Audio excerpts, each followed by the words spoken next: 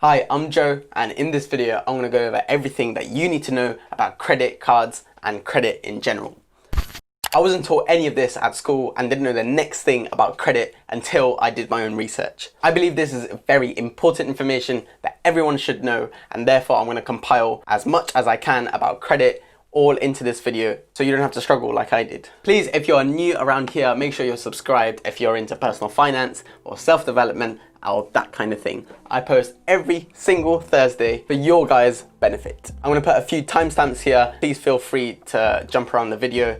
These are the main 5 questions that we're going to be answering in this video. Number 1 is, what is credit? Credit is the ability to borrow money or access goods and services with the understanding that you'll pay later. There are 3 types of credit that you need to know: revolving credit, service credit, and installment credit. Revolving credit is basically what a credit card is. This is where you have a maximum borrowing limit. If you pay for something with that borrowed money, then you pay it back at the end of each month, either in full or you pay a portion of it and the remaining balance will be carried on, but you have to pay interest on that remaining balance. Let's say you have a credit card that has 40% interest. You have a maximum borrowing limit of £1,000 and you pay for something using that card that's worth £100. Now at the end of the month, you're going to be asked to pay back a minimum of like £30. And if you do pay back just the £30, then you will need to pay 40% interest on the remaining £70. Or you can just pay the £100 in full at the end of the month without having to pay interest. Only paying a portion means you will be paying more overall.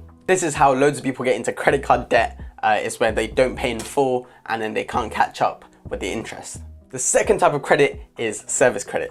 Now this is when you are provided a service by a company. These companies provide their services trusting and understanding you will pay them on a regular basis. Example of service credit is like energy or gas or electric. And the third type that you need to know is installment credit. This is where you have a loan and you agree to pay it back in small installments, including fees and interest at the end of each month. Example of installment credit is like mortgage or a personal loan. The second question we're going to answer is a very common question, but with a very simple answer. What is the difference between debit and credit? Debit is basically your own money, the money you have, and credit is the money you're able to borrow and pay back later. The third question is, why do we have a credit history and a credit score? The 3 types of credit that I just talked about are all relevant to our credit score and our credit history. Our credit score is the result of our credit history and our credit performance. By performance, I mean how well you have managed borrowed money and if you've been responsible enough to pay it back on time. Every time we apply for and get credit,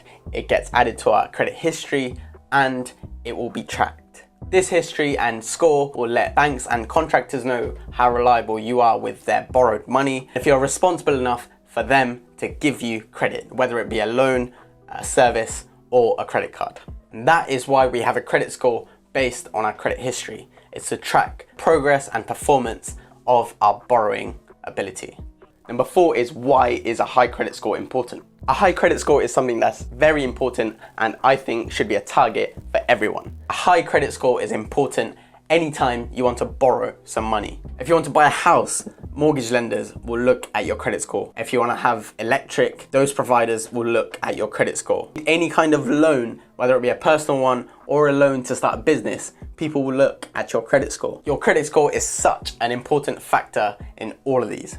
You will have to apply for credit at some point in your life, and the higher your credit score is, the lower the interest rates will be.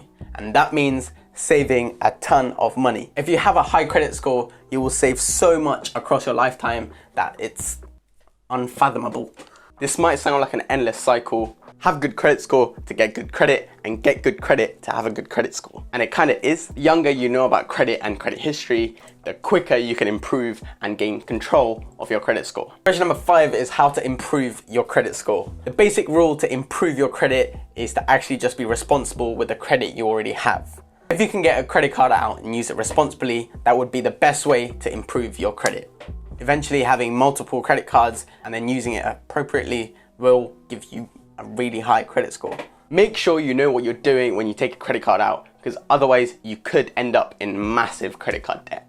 If you're just starting out with your credit history and you can't apply for a credit card, a good place to start to build your credit is by applying for a phone contract and responsibly paying for that phone contract every single month without missing a payment. Even if you have like a part-time job, it should be enough to cover a phone contract. There are some credit builder options that you could use, like Cash Plus and Lockbox, that will improve your credit score, even if it's low. Lockbox uses a savings account model to save you some money by pretending that it's a loan. It's not as complicated as I just made it sound, but check it out for yourself. I'll leave a link in the description. It's a good way to start saving money while also building your credit. And Cash Plus use a monthly subscription kind of model to build your credit. As I said, make sure you know exactly what you're doing when you're applying to these. Make sure you know what they do to improve your credit score.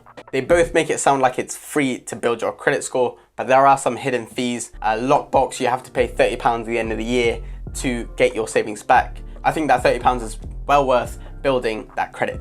And Cash Plus can be confusing at first, but it's basically a £5.95 monthly subscription that you pay for them to build your credit over a year.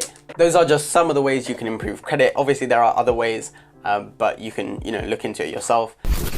That wraps it up. I hope I covered everything that you need to know about credit in that video. You weren't taught any of this at school, so it's important that you know the basics at least. If you do have any questions or you think I got something wrong, please feel free to leave it in the comment section below. I'll be happy to answer any questions or any criticism, but any support is also welcome.